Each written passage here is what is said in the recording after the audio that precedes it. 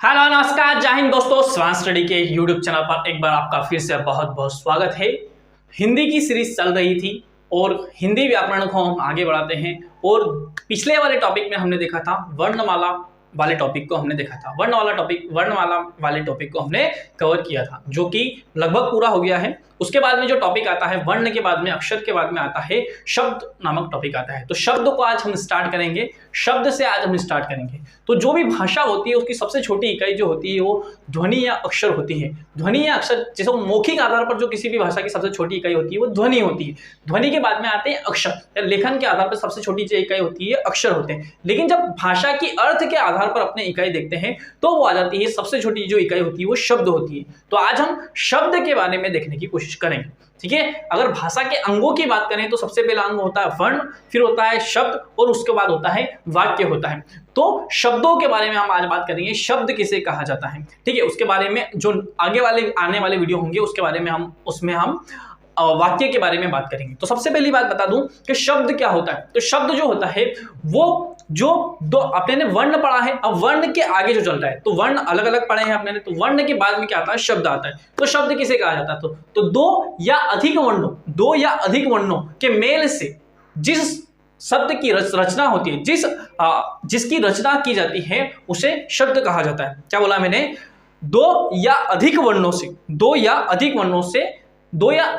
वर्णों के सार्थक योग से जिस चीज की रचना होती है उसे शब्द कहा जाता है। उसे क्या कहा जाता है, शब्द कहा जाता है। दो या अधिक वर्णों से होगी और क्या करेगी, सार्थक रचना होगी। क्या होगी, सार्थक, मतलब जिसका कोई अर्थ निकलता हो, इस प्रकार की रचना। जैसे मैं एक लिखता हूं कमल, क्या लिखता हूं, कमल, तो ये दो या अधिक शब्दों से मिलकर बना हुआ शब्द है, दो या अधिक वर्णों से मिलकर बना हुआ शब्द है। अब इसकी जगह मैं हटा दूं, इसकी जगह मैं लिख देता हूं ये सार्थक शब्द है, उसकी जगह मैं लिख देता हूं ल म क। ये दो या अधिक वर्णों से मिलकर बना शब्द तो है, लेकिन ये क्या सार्थक है, तो ये सार्थक नहीं है, ये निरर्थक हो जाएगा, ठीक है। इसी प्रकार से हम आगे पढ़ने की कोशिश करेंगे कि शब्द किसे कहा जाता है, शब्द की परिभाषा क्या होती है, शब्द कितने प्रकार के हैं, शब्द को कितने भागों में बांटा गया है। तो सबसे पहले मैंने आपको शब्द की परिभाषा बताई। शब्द की परिभाषा मैंने बताई आपको कि दो या अधिक वर्णों के सार्थक योग से कोई संरचना बनती है, उसका जो संरचना बनती है उसको कहा जाता है शब्द कहा जाता है। अब शब्द की बात करें तो शब्द को अलग अलग 5 भागों में बांट दिया गया है, चार अलग अलग भागों में बांट दिया गया है, जिससे कि उत्पत्ति के आधार पर, व्युत्पत्ति के आधार पर, अर्थ के आधार पर और विकार के आधार पर। तो उत्पत्ति के आधार पर ही को बोलते हैं, स्रोत के आधार पे या इतिहास के आधार पर शब्दों को 5 अलग अलग भागों में बांट दिया गया है। सबसे पहला बांटा गया है तत्सम, फिर बांटा गया है तद्भव, फिर बांटा गया है देशज, फिर बांटा गया है विदेशज और फिर लास्ट में दे दिया गया है संकर शब्दों के बारे में बात करती है। तो सबसे पहले अपने बात करेंगे तत्सम शब्द क्या होते हैं। तो तत्सम शब्द के बारे में बात करें उससे पहले अपने तत्सम शब्द का क्या अपने अर्थ समझ लेते हैं। जैसे अपने क्या मानते हैं कि जो भाषा की सबसे जो मूल भाषा है, जिससे ये सारी भाषाएं निकली हैं, तो सबसे जो मूल भाषा है वो संस्कृत है। सबसे जो मूल भाषा है वो क्या है, आपकी संस्कृत है। जो संस्कृत को भी दो भागों में डिवाइडेड किया गया है, एक वैदिक संस्कृत है, एक लौकिक संस्कृत है। वैदिक संस्कृत में अपने क्या जो भी ग्रंथ हैं, जो भी अपने ग्रंथ है, जो भी अपने पुराण है, जो भी अपने जो पुराने ग्रंथ हैं उनको लिखा गया है। और जो लौकिक भाषा है, उन लौकिक भाषा का बाद में क्या हुआ है, लोगों के द्वारा प्रयोग किया जा रहा है। मतलब वैदिक संस्कृत का जो उपयोग किया गया है वो हमारे ग्रंथों को लिखने में किया गया है, वो वाली भाषा हो जाएगी आपकी वैदिक संस्कृत। और बाद में जो लौकिक संस्कृत आई वो धीरे धीरे समय के साथ साथ में उसमें क्या होता है, परिवर्तन होता गया, क्योंकि भाषा परिवर्तनशील होती है। भाषा क्या होती है, परिवर्तनशील होती है। इसलिए फिर संस्कृत में आपका क्या आया, हिंदी से आया, आपकी संस्कृत, लौकिक और वैदिक और लौकिक। वैदिक के लौकिक में क्या आया, लौकिक में कुछ परिवर्तन आया, जिससे लौकिक के बाद में लौकिक संस्कृति में आई पाली के बाद में आई प्राकृत के बाद में क्या आई आपकी, प्राकृत के बाद में आई आपकी अपभ्रंश के बाद में आई शौरसेनी अपभ्रंश, और उसी शौरसेनी अपभ्रंश से आया है हिंदी, इसी शौरसेनी अपभ्रंश से आया है हिंदी। अब यहां से अपने बात करेंगे इस वाले टॉपिक की, उत्पत्ति के आधार पर या स्रोत के आधार पर जो आपके शब्द के प्रकार होते हैं उसके बारे में बात करेंगे। तत्सम, ये संस्कृत वाले बताने का अभी जो सोर्स है वो क्यों बताया गया है वो अभी आपको समझ में आ जाएगा। तत्सम यानी अगर तत्सम को अगर अपने तोड़े इसका संधि विच्छेद करें तो इसका संधि विच्छेद होगा तत् प्लस सम। अब तत् का मतलब होता है उससे, और सम क्या मतलब होता है उसके समान। तो इस पूरे शब्द का समान हो जाएगा उसके समान। क्या हो जाएगा, इस पूरे शब्द का अर्थ हो जाएगा उसके समान। मतलब किसके समान, संस्कृत भाषा के समान। तो क्या हो जाएगा, तत्सम शब्द किसे कहा जाता है, तो यहीं से उसकी डेफिनेशन निकलती है, उसकी परिभाषा निकलती है कि तत्सम शब्द वे शब्द होते हैं जो संस्कृत भाषा से आए हैं और ऐसे के ऐसे बिना किसी परिवर्तन के क्या किया गया है, उनको हिंदी भाषा में प्रयोग किया गया है, उनको हिंदी भाषा में प्रयोग किया जाने लगा है। इसे शब्द को क्या कहा गया है, तत्सम शब्द कहा गया है। जिसे अपने आप नॉर्मली जो यूज करते हैं, सामान्यतः जो यूज किया प्रयोग में लाया जाता है, अपने करते हैं आंख, वो कहां से निकला है, तो संस्कृत के अग्नि शब्द से निकला है आंख, ठीक है। वैसे अपने यूज करते हैं, रोज डेली यूज में प्रयोग में लेते हैं, क्या करते हैं, दूध, तो दूध से ही दुग्ध से बना है वो दूध, ठीक है। फिर क्या बना है, चर्म, यानी क्या लेते हैं अपने, जैसे चर्म का, चमार बोलते हैं जिसको, इस चर्म और उसके पीछे अगर कार लगा देते हैं तो क्या बन जाता है, चमार बन जाता है, ठीक है। चर्म का अर्थ होता है चमड़ा। फिर उष्ट, इससे उष्ट जो है वो ऊट, अभी जो भाषा में प्रयोग किया जाता है वो ऊट, तो अभी जो प्रयोग कर रहे हैं, जो संस्कृत से निकले हैं और संस्कृत में एज इट इज यूज कर रहे हैं, उन शब्दों को कह देंगे अपने तत्सम शब्द। मतलब सामान्य नॉर्मल सिंपल समझो, वे शब्द जो संस्कृत भाषा से आए हैं और उनको बिना किसी परिवर्तन के ऐसा का ऐसा हिंदी में प्रयोग किया जाने लगा है, तो उसे कह दिया गया आपके तत्सम शब्द। उसके बाद तद्भव, अब यहाँ पे इसको भी संधि विच्छेद करते हैं, तो तत् और भव, तत् यानी उससे और भव मतलब जन्मा, भव का अर्थ होगा जन्मा, मतलब किससे जन्मा, तो संस्कृत भाषा से जन्मा शब्द, किससे जन्मा शब्द, संस्कृत भाषा से जन्मा शब्द। तो कुछ ऐसे शब्द हैं जो संस्कृत भाषा के हैं लेकिन हिंदी भाषा में प्रयोग किए जाने लगे हैं, लेकिन उनमें कुछ परिवर्तन कर लिया, उनमें क्या कर लिया गया है, कुछ परिवर्तन के साथ में उनको प्रयोग किया जाने लगा है। जैसे उज्ज्वल से बना उजाला या उजला बना, ठीक है। जैसे हस्त से बना हाथ, हस्त से बन गया हाथ, तो हस्त सामान्यतः हिंदी भाषा में अपने प्रयोग नहीं करते हैं, वो संस्कृत भाषा का शब्द है, संस्कृत में यूज किया जाता है, लेकिन अपने यूज करते हैं हाथ। फिर जो क्षीर होता है, क्षीर संस्कृत भाषा का शब्द है, लेकिन उसका परिवर्तन करके हिंदी भाषा में क्या करने लग गए हैं, खीर यूज करने लग गए हैं। जैसे ईंधन, अगर इसके ऊपर में बिंदी लगा दूं तो वो ईंधन हो जाएगा, तो वो संस्कृत भाषा का शब्द है, लेकिन जब अपने हिंदी में यूज करते हैं ईंधन के लिए तो ईंधन लिख देते हैं, ईंधन नहीं लिखते हैं। तो जिसका रूप परिवर्तित करके अपने ने क्या कर दिया है, वो उन शब्दों को हिंदी भाषा में प्रयोग किया जाने लगा। ये परिवर्तन के साथ में प्रयोग किए गए हैं और ये बिना परिवर्तन के लिए प्रयोग किए जाते हैं, वो तत्सम शब्द कहलाते हैं। अब यहाँ से कैसे पहचानेंगे, तो कैसे पहचानेंगे, तो ऐसे जो आपको पढ़ने में थोड़ा टिपिकल लगते हैं, जो पढ़ने में आपको थोड़ा टिपिकल लगते हैं या समझने में जो टिपिकल लगते हैं, वे वर्ड अधिकतर जो होते हैं वो काय के होते हैं, वो शब्द जो होते हैं वो अधिकतर काय के होते हैं, तत्सम भाषा के शब्द होते हैं। जैसे क्षत्रिय, जैसे त्रिशूल, जैसे थ त्र ज्ञ और श्रस, जैसे श्रावण, अगर मैं ऐसा बोलता हूं तो जो शब्द छ त्र ज्ञ और श्र से बने हुए होते हैं, वे शब्द अधिकतर जो माने जाते हैं वो काय के माने जाते हैं, वे शब्द जो अधिकतर माने जाते हैं वो माने जाते हैं आपके काय के तत्सम भाषा के शब्द माने जाते हैं, मतलब संस्कृत। और जो शब्द अनुस्वार से स्टार्ट होते हैं, अनुस्वार यानी क्या, आपने ने पढ़ा था अ आ इ ई उ ए ऐ ओ अम अह, अम और अह, अम जो पढ़ा था अम, और उसके ऊपर जो मात्रा लगाते हैं उससे जो स्टार्ट होने वाले जो शब्द होते हैं, जो उससे शुरू होने वाले शब्द होते हैं, वो भी संस्कृत भाषा के या तत्सम के शब्द माने जाते हैं। फिर अगर तद्भव की बात करें तो अब देखना, कभी भी तत्सम शब्द कब छ त्र ज्ञ और श से चालू हो रहे हैं या अनुस्वार से शब्द हो रहे हैं, तो वो अधिकतर शब्द संस्कृत भाषा के माने जाएंगे। संस्कृत भाषा के कब नहीं माने जाएंगे, तो अड़ और अढ़ से जो शब्द चालू हो रहा है, जो तड़नजात होते हैं अड़ और अढ़, उनसे अगर कोई शब्द चालू हो रहा है तो उनको क्या नहीं माना जाएगा आपका, उनको क्या नहीं माना जाएगा आपका क्या नहीं माना जाएगा, आपको तत्सम शब्द नहीं माना जाएगा। उसके अलावा अगर कोई शब्द कोई शब्द अगर अनुनासिक से चालू हो रहा है, मतलब चंद्र बिंदु से अगर चालू हो रहा है, चंद्र बिंदु से अगर चालू हो रहा है तो उसको भी क्या नहीं किया जाएगा, तत्सम का शब्द नहीं माना जाएगा। अड़ से चालू हो रहा, अढ़ से चालू हो रहा, अड और अड़ से चालू होने वाले शब्द को कभी भी नहीं माना जाएगा, काय का तत्सम का शब्द नहीं माना जाएगा, यानी कि तद्भव का शब्द माना जाएगा। उसके बाद आ जाते हैं देशज शब्द। देशज शब्द कौन से होते हैं, देशज शब्द में कुछ भी नहीं है, जो वे शब्द जो क्षेत्रीय प्रभाव के कारण, काय के कारण, क्षेत्रीय प्रभाव के कारण काय में यूज किए जाने लग गए हैं, काय में प्रयोग किए जाने लग गए हैं, हिंदी भाषा में प्रयोग किए जाने लग गए हैं, वे शब्द आपको कहलाते हैं देशज शब्द। देश ज, अगर इसको तोड़ेंगे देश प्लस ज, तो ज का अर्थ होता है जन्मा और देश का अर्थ अपने, मतलब देश का अर्थ देश, तो देश में जन्मा हुआ शब्द, मतलब देश में जन्मा, तो देश के किसी भी क्षेत्र में उस क्षेत्रीय प्रभाव के कारण वो शब्द ज्यादा बोला जाने लगा, और बोला जाने लगा तो फिर एक भाषा में प्रयोग होने लगा, तो वो देश में जन्मा शब्द, उसके बाद में जो भाषा में प्रयोग, जैसे लोटा, जैसे फटफटी या फटफटी या पटाक चटाक जो बोलते हैं अपने, जैसे ठेठ, जैसे मतलब लास्ट पॉइंट तक पहुंचना है अपने को, है ना, अंतिम बिंदु तक पहुंचना है, तो अपने क्या बोलते हैं मालवी में अपने बोलते हैं ठेठ तक जानो अपना, ठेठ कटा तक जानो, ठेठ तक जानो अपना, ठेठ तक, ठीक है। फिर अपने पैर को क्या बोलते हैं, टांग, टांग बोलते हैं, टांग, ठीक है। तो ये जो शब्द हैं, ये शब्द क्या है, जो देशी मतलब क्षेत्रीय प्रभाव के कारण हिंदी में प्रयोग किए जाने लगे हैं, ठीक है। जैसे इसी प्रकार से यहाँ पे होता है सबसे जो छोटा स्वरूप होता है भाषा का, तो वो होता है बोली, जैसे मालवी है, निमाड़ी है, ठीक है। ये अलग अलग मारवाड़ी है, मेवाती है, हाड़ौती है,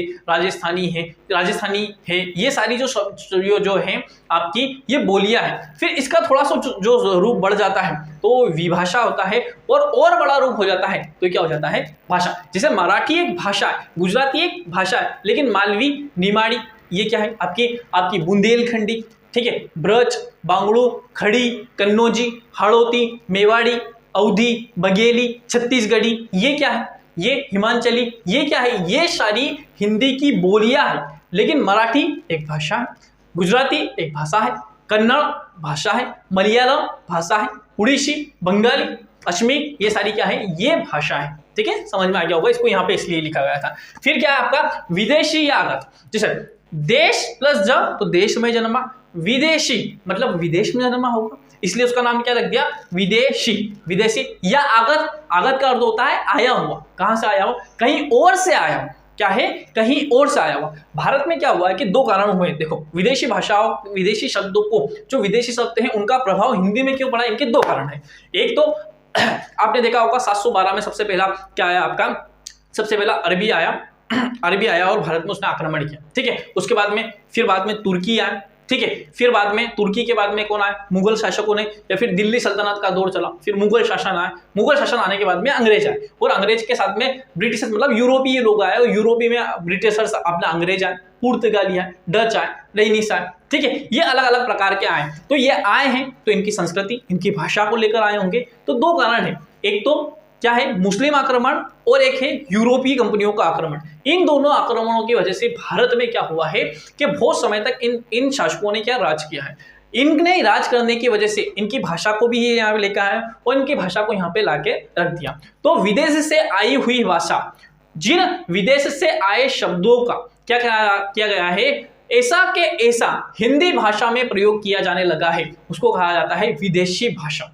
वो अलग अलग कारण से हो सकते हैं, आर्थिक कारण हो सकते हैं, राजनीतिक हो सकते हैं, या फिर आपके युद्ध के कारण जो अपने ऊपर शासन किया वो कारण हो सकते हैं। इन सारे कारणों की वजह से जो विदेशी शब्द या बाहर से आए हुए शब्दों को हिंदी भाषा में प्रयोग किया जाने लगा है, उसे कर दिया गया है आपके विदेशी शब्द। जैसे अगर मैं बोलूँ उर्दू, जो उर्दू बोलते हैं, जैसे अपने बोलते हैं पानी, तो पानी भी उर्दू का है, अपने वाला नहीं है, तो पानी बोलूँ, या फिर मैं उर्दू बोलूँ तो उर्दू तुर्की भाषा का शब्द, उर्दू जो शब्द है वो तुर्की भाषा का, पानी बोलूँ, ठीक है, तो पानी बोलूं, या फिर मैं बोलूं आज कल, तो ये बोल रहे हैं ना, तो ये जो शब्द है ये विदेशी भाषा हो गया। हम बहुत बार क्या होता है कि 20 से 30% तो हम उर्दू बोलते हैं, शुद्ध हिंदी नहीं बोलते। जैसे दिन, आज, कल, अगर ऐसा कुछ बोलेंगे अपने, तो बहुत सारे जो शब्द बोल रहे हैं अपने डेली रूटीन में वो हम बोलते हैं, कभी उर्दू के बोलते हैं। जैसे अपने बोलते हैं हॉस्पिटल, तो हॉस्पिटल इंग्लिश भाषा का शब्द है, लेकिन इसका भारतीकरण कर दिया गया, क्या कर दिया गया, अस्पताल कर दिया गया, ठीक है। जैसे फिर हॉस्पिटल का अस्पताल कर दिया, क्रिकेट ऐसा कैसा ही रहा। जैसे बहुत सारे जो शब्द हैं उनका क्या कर दिया गया अपने ने, राष्ट्रीयकरण कर दिया है, मतलब हिंदीकरण कर दिया। बहुत सारे शब्दों का क्या कर दिया है अपने ने, हिंदीकरण कर दिया है, ठीक है। जैसे मैं आपको थोड़े बहुत और शब्द बताने की कोशिश करता हूँ, ठीक है। वो उन शब्दों को क्या कर दिया गया अपने ने, हिंदीकरण कर दिया गया है, ठीक है। जैसे अस्पताल का मैंने हॉस्पिटल बताया, हॉस्पिटल का अस्पताल बताया, ठीक है। लालटेन, ठीक है, लालटेन शब्द भी जो है आपका अंग्रेजी भाषा का शब्द है। चलिए फिर आपको और आगे बताने की कोशिश करते हैं, ठीक है, और आगे बताने की कोशिश करते हैं। ये वाला यहाँ पे हो गया विदेशी आगत, ठीक है, और आगे देखते हैं। विदेशी आगत के बाद में क्या आ गया अपना शंकर शब्द। शंकर यानी मिश्रण, मिश्रित शब्द है। क्यों, दो अलग अलग भाषाओं के योग से जब किसी शब्द का निर्माण होता है तो उसे शंकर शब्द कहा जाता है। क्या बोला, एक कोई और भाषा पकड़ ली, एक कोई और भाषा पकड़ ली, एक पकड़ ली अंग्रेजी, एक पकड़ ली अपनी हिंदी, एक अंग्रेजी पढ़ी रेल और हिंदी पकड़ी अपनी ने गाड़ी रेलगाड़ी, क्या बना गया, रेलगाड़ी। फिर पढ़ा अग्नि, फिर पढ़ा बोट, तो अग्नि संस्कृत भाषा का, बोट कौन सी भाषा का, बोर्ड का है कौन सी भाषा का, हिंदी भाषा का, तो दोनों को सॉरी अंग्रेजी भाषा का, तो दोनों को मिला दिया तो क्या हो गया अग्निबोट। फिर क्या पकड़ा आपने, छाया, फिर पढ़ा दान, छाया दान, फिर पान दान, फिर आपने पढ़ा सील बंद, क्या पढ़ा सील बंद, सील बंद, अंग्रेजी फारसी सील बंद। ठीक है, इस प्रकार से आपने क्या किया, दो अलग अलग भाषाओं के शब्दों को मिलाया और एक शब्द बना दिया, उसे कहा गया शंकर शब्द कहा गया। ठीक है, इसके बहुत सारे उदाहरण आपको करवाई देंगे बात। ठीक है, चलिए आगे क्या है आपका रूढ़ शब्द। रूढ़ किसे कहा जाता है, अब ये इसका जो है ये शब्द के प्रकारों में सबसे पहले आपने देखा उत्पत्ति, स्रोत या इतिहास के आधार पर, फिर अपने देख रहे हैं व्युत्पत्ति के आधार पर। तो व्युत्पत्ति के आधार पर क्या होता है, तीन प्रकार के होते हैं, एक होता है रूढ़, एक होता है यौगिक और एक होता है योग। तीन प्रकार के होते हैं, रूढ़, यौगिक और योग। रूढ़ किसे कहा जाता है, तो रूढ़ यानी मतलब आपने दिख रहा है रूढ़ी होता है, पुरानी परंपरा से चला आ रहा हो। ठीक है, तो रूढ़ किसे कहा जाएगा, रूढ़ को देखने की कोशिश करते हैं अपने। ठीक है, रूढ़ शब्द किसे कहा जाएगा, ठीक है, रूढ़ किसे कहा जाएगा कि वे शब्द जिनका कोई एक निश्चित अर्थ होता है, जिनको अगर तोड़ते हैं हमने तो उनका अर्थ निरर्थक हो जाएगा, वो शब्द क्या हो जाएंगे निरर्थक। जैसे मैं गेहूं को तोड़ूं तो एक बोलेगा गे हूं, एक गे और हूं, तो गे का आप एक कुछ और ही अर्थ निकाले तो वो अलग बात हो जाएगी। तो गे हूं इन दोनों का हिंदी भाषा में कोई अर्थ नहीं होता है, इसलिए निरर्थक हो गया। क्या हो गया आपका रूढ़ शब्द हो गया। जैसे चावल, अगर चावल को तोड़ो चावल, कोई अर्थ नहीं हो रहा। तो ऐसे शब्द जिनको अगर तोड़ते हैं तो वो क्या हो जाते हैं अर्थ विहीन हो जाते हैं, उनका कोई अर्थ नहीं रहता है, वे शब्द क्या होते हैं आपके रूढ़ शब्द होते हैं। जैसे यहाँ पे मैंने लिख रखा है दिन, अगर इनको तोड़ो दी और नी अलग अलग कर दो तो इसका कोई अर्थ नहीं होगा। रा अलग कर दो, ता अलग कर दो, कोई नहीं होगा। ये आज अलग कर दो और कल अलग कर दो, आज को तोड़ो आ ज नहीं होगा कुछ भी, क को तोड़ो क और ल नहीं होगा, गे और हूं अगर तोड़ो तो नहीं होगा। तो ऐसे शब्द जिनका अर्थ रूढ़ होता है, ऐसे शब्द जिनका एक विशेष अर्थ होता है, अगर उनको तोड़ेंगे तो उनका वो जो अर्थ सार्थक शब्द है वो निरर्थक शब्द हो जाएंगे। क्या हो जाएंगे निरर्थक हो जाएंगे, इसलिए इनको रूढ़ शब्द कहा जाता है। यौगिक, यौगिक से स्पष्ट है, यौगिक यानी योग कर रहे हैं किसी न किसी से, तो दो रूढ़ शब्दों से मिलकर जब किसी शब्द का निर्माण होता है तो उसे यौगिक शब्द कहा जाता है। मतलब उन शब्दों को फिर तोड़ेंगे तो उनका कोई विशेष अलग अलग अर्थ निकल जाएगा। जैसे मैं एक लेता हूं पाठ और एक लेता हूं शाला, पाठशाला, जैसे मैं लेता हूं एक अध्ययनशाला, इन दोनों शब्दों को जोड़ देता हूं अध्ययनशाला, फिर तोड़ देता हूं तो अध्ययन का एक विशेष अर्थ निकलता है, शाला का एक अर्थ निकलता है। जैसे मैं लेता हूं गौशाला, क्या लेता हूं गौशाला, तो गो यानी गैया गाय और शाला यानी उसके रहने का स्थान, तो गो और शाला को जोड़ता हूं तो गौशाला यानी गाय के रहने का स्थान, ये हो जाएगा। फिर इनको अगर अलग अलग कर देता हूं तो गो का अर्थ गाय और शाला का अर्थ रहने का स्थान। उसी प्रकार से आपके और क्या बन जाएंगे आपके राजपुत्र यानी राज यानी राजा और पुत्र यानी राजा का पुत्र, अगर राजपुत्र पूरा जोड़ दूं तो क्या अर्थ हो जाएगा राजा का पुत्र, पुत्र का अर्थ होता है राजा का भी अर्थ होता है। ठीक है, उसे विद्या प्लस आलय, समाज प्लस इक, समाज प्लस इक। अब यहां से आपको एक चीज स्पष्ट हो रही होगी दोस्तों, क्या चीज स्पष्ट हो रही होगी कि ये शब्द जो हम देख रहे हैं ना सर, ये यौगिक जो शब्द देख रहे हैं ना, इनमें कुछ चल रहा है। इनमें या तो आप दे रहे हो समास ले रहे हो या फिर आप ले रहे हो उपसर्ग ले रहे हो किसी शब्द को। जैसे मैं लेता हूं आजीवन, आजीवन, तो आ का अर्थ होता है मतलब हमेशा हमेशा, और जीवन मतलब जीवन भर की बात कर रहे हैं। ठीक है, जैसे मैं लेता हूं स अर्थ, मतलब स का मतलब क्या अर्थ के साथ, तो स क्या है स उपसर्ग है और अर्थ का अर्थ, तो स अर्थ यानी अर्थ के साथ। मैं बोलता हूं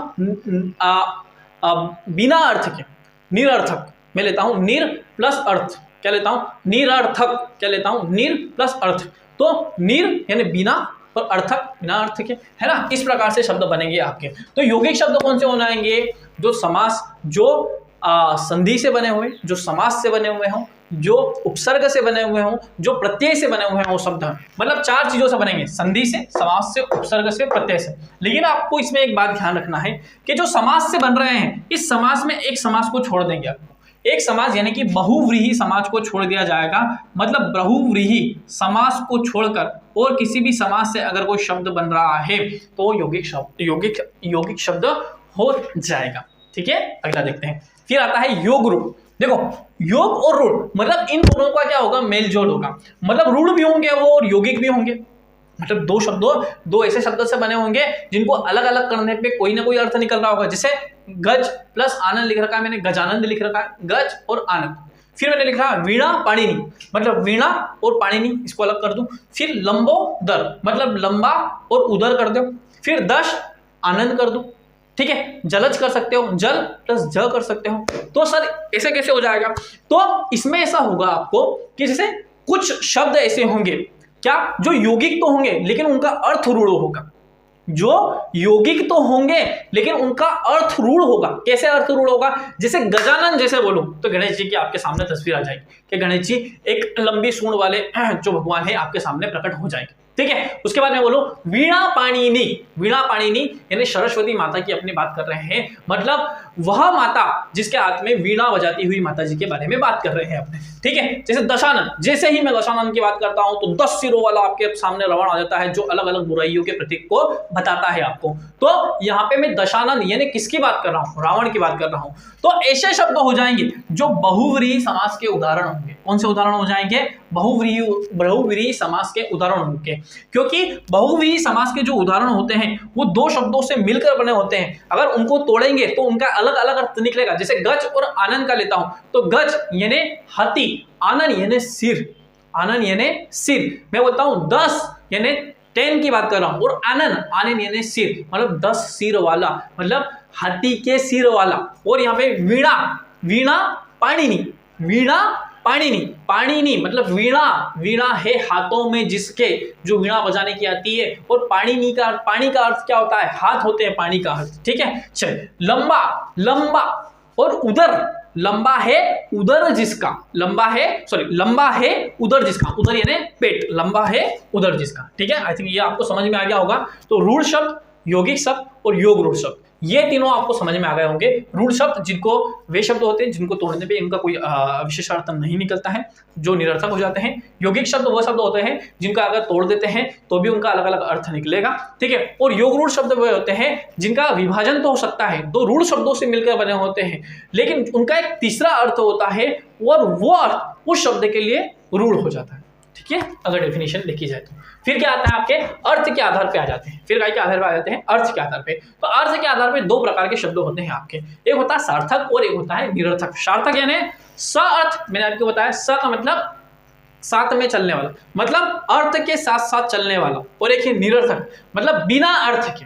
तो सार्थक शब्द कौन से हो जाएंगे? जो भाषा में अकेले प्रयोग किए जाते हैं, जो भाषा में अकेले प्रयोग किए जाते हैं, जैसे पर्यायवाची हो गया, जैसे समानार्थी हो गया, जैसे अनेकार्थी हो गया, ठीक है। ऐसे शब्द जैसे मैं बोलता हूं हार, तो हार का एक अर्थ होता है हार हो गई, और एक होता है पहनाने वाला, एक होता है पहनाना, पहनाने वाला हार। जैसे मैं लेता हूं राकेश, क्या है? राकेश, तो निशा के जो ईश है मतलब चंद्रमा, उसके बारे में बात कर रहे हैं, ठीक है। तो विलोम जैसे आज, कल, सुबह, शाम, रात, दिन, ठीक है। ऊपर, नीचे, काला, लाल, काला, गोरा, लाल, पीला, हरा, नारंगी, ठीक है। ऐसे अगर अपने लेते हैं तो जो आपके विलोम शब्द हैं, पर्यायवाची शब्द हैं और अनेकार्थी शब्द हैं, वे शब्द काय के हो जाएंगे आपके?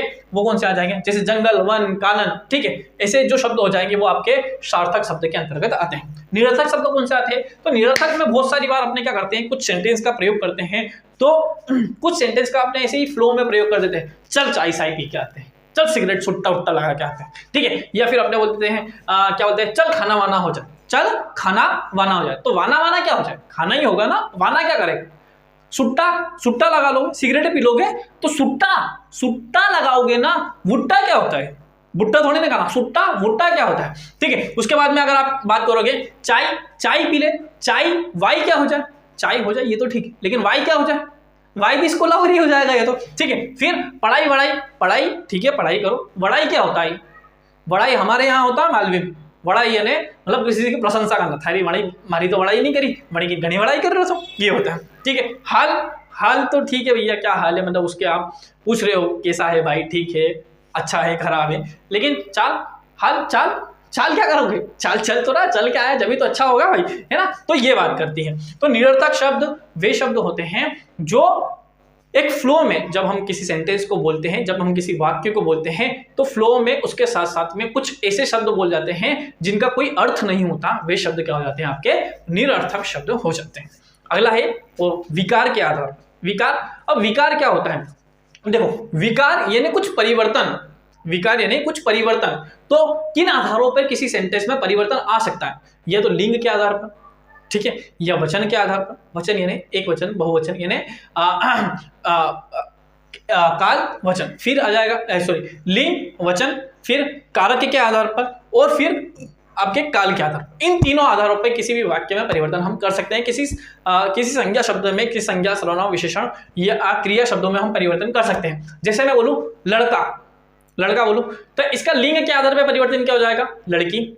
इसका वचन के आधार पर परिवर्तन क्या हो जाएगा? लड़का का लड़के हो सकता है। लड़का एक वचन है, मतलब एक की बात कर रहे हैं, लड़के एक से अधिक की बात कर रहे हैं। लड़का पुरुष लिंग, लड़की स्त्रीलिंग। उसी प्रकार से पुरुष पुरुष लिंग, स्त्री स्त्रीलिंग, ठीक है। चल, फिर पुरुष का बहुवचन बनाना हो तो इसमें इस शब्द में परिवर्तन हो सकता है क्या? हाँ, पुरुष का पुरुषो हो सकता है, ठीक है। चलो, और स्त्री का स्त्रियो हो सकता है। चल, उसके बाद में वचन के आधार पे कैसा? जैसे मैं आया, मैं आया मतलब मैं आ गया, मैं आ गया मतलब मैं आ गया, मतलब ये भूतकाल की बात हो गई।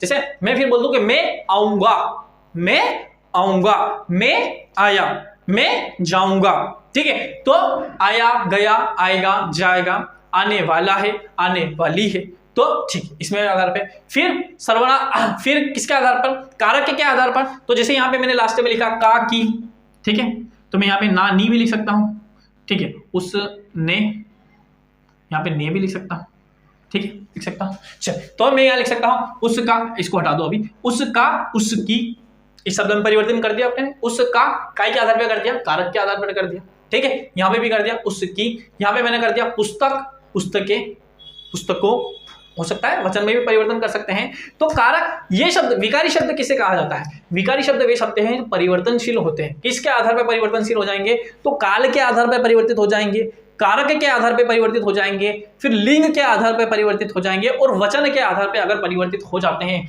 तो वे शब्द कहलाते हैं आपके विकारी शब्द कहलाते हैं। विकारी शब्द कौन कौन से होते हैं? तो संज्ञाएं होती हैं, सर्वनाम होते हैं, विशेषण होता है, और क्रिया होती है। संज्ञा, सर्वनाम, विशेषण, क्रिया। संज्ञा, सर्वनाम, विशेषण और क्रिया, ये चार जो शब्द होते हैं ये आपके कौन से होते हैं? विकारी शब्द होते हैं, क्योंकि इनमें परिवर्तन हो जाता है काल, वचन, लिंग और कारक के अनुसार। अगला क्या आएगा? अगला आता है आपका अविकारी शब्द। तो अविकारी शब्द किसे कहा जाता है? तो अविकारी शब्द जो परिवर्तित नहीं होते।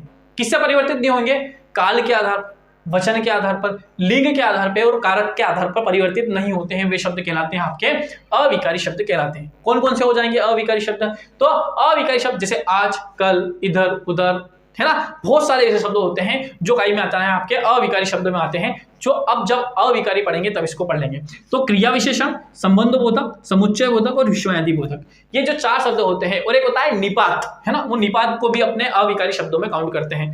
तो ये जो शब्द होते हैं संबंध बोधक, समुच्चय बोधक, क्रिया विशेषण और विषयादि बोधक और निपात, ये सारे शब्द, इससे जो ये वाले जो शब्द हैं वो अविकारी शब्द होते हैं, क्योंकि काल, वचन, लिंग, कारक के आधार पर ये परिवर्तित नहीं होते हैं, ठीक है। तो ये विकार वाला टॉपिक खत्म हो जाता है। तो शब्द की हमने क्या करा, एक इसको बिल्कुल समेटा जाए तो हमने क्या देखा, शब्द किसे कहा जाता है? तो दो या दो से अधिक वर्णों से बनी जो रचना होती है उसे शब्द कहा जाता है, ठीक है। जो सार्थक शब्दों से बनी होती है, उसका कोई अर्थ निकलना चाहिए, वो शब्द हो जाता है। फिर शब्दों को कितने भागों में बांटा? तो 4 भागों में बांटा। कौन कौन से, किन कौन से भागों में बांटा? तो उत्पत्ति के आधार पर, व्युत्पत्ति के आधार पर, अर्थ के आधार पर और काय के आधार पर, कारक के आधार पर। सबसे पहले देखा आपने उत्पत्ति के आधार पर। तो उत्पत्ति के आधार पर हमने देखा तत्सम, तद्भव, देशज, विदेशज और आगत। तत्सम जो संस्कृत से भाषा से निकले हैं और संस्कृत ऐसे के ऐसे प्रयोग किए जाने लगे हैं बिना किसी परिवर्तन के। तद्भव जो संस्कृत से आए हैं लेकिन कुछ परिवर्तन के साथ में प्रयोग किए जाने लगे हैं। देशज जो क्षेत्रीय प्रभाव के कारण हिंदी भाषा में प्रयोग किए जाने लगे हैं। विदेशज वो कौन से हो जाएंगे? जो विदेश से किन्हीं कारणों से आए और भारतीय भाषा में मतलब हिंदी भाषा में प्रयोग किए जाने लगे हैं। फिर क्या लग जाएगा? संकर, दो अलग अलग भाषाओं के मेल से जो शब्द बने हैं वो कैसे आ जाएंगे? आपके संकर। फिर आपने देखा क्या देखा? फिर व्युत्पत्ति के आधार पर देखा। तो व्युत्पत्ति के आधार पर क्या देखा आपने? व्युत्पत्ति के आधार पर देखा रूढ़ होते हैं, यौगिक होते हैं, योग रूढ़ होते हैं। रूढ़ में कौन कौन से हो जाएंगे? तो रूढ़ में हो जाएंगे आपके, रूढ़ में कौन कौन से हो जाएंगे आपके? जिनको तोड़ने पे जिनका कोई अर्थ नहीं निकलता। यौगिक में कौन से हो जाएंगे? अगर जिन शब्दों को तोड़ दिया और उनके अलग अलग करने पे जिनके अलग अलग अर्थ भी निकल रहे हैं तो क्या हो जाएंगे? योग्य हो जाएंगे। और योग रूढ़ कौन से हो जाएंगे? जो दो रूढ़ शब्दों से मिलकर बने हुए हैं, लेकिन दो शब्दों से मिलकर बने होते हैं, यौगिक शब्द हैं, लेकिन उनका कोई एक निश्चित अर्थ होता है, मतलब वो जो तीसरा अर्थ होता है वो रूढ़ होता है, इसलिए इनको क्या बोल दिया है, योग रूढ़ शब्द बोल दिया है। उसके बाद में आपने कहा कि देखा अर्थ के आधार पर सार्थक और निरर्थक, जिनका कोई अर्थ निकलता हो सार्थक, लेकिन बोलने में जो फ्लो में अगर कोई शब्द निकल जाते हैं जैसे चाय वाई, खाना वाना, पढ़ाई सड़ाई, हाल चाल, तो ऐसे शब्द क्या कहलाते हैं, निरर्थक शब्द कहलाते हैं। विकारी, विकार के आधार पर जो काल, कारक, लिंग, वचन 4 आधारों पर परिवर्तित हो जाते हैं उन्हें क्या कहा जाता है, आपके विकारी शब्द कहा जाता है। और जो इसका परिवर्तन नहीं होता है अविकारी शब्द हो जाता है। विकारी शब्द में क्या आ जाएगा, संज्ञा, सर्वनाम, विशेषण, क्रिया, संज्ञा, सर्वनाम, विशेषण, क्रिया। और अविकारी में क्या हो जाएगा, क्रिया विशेषण, संबंध बोधक, समुच्चय बोधक, विस्मयादि बोधक और निपात।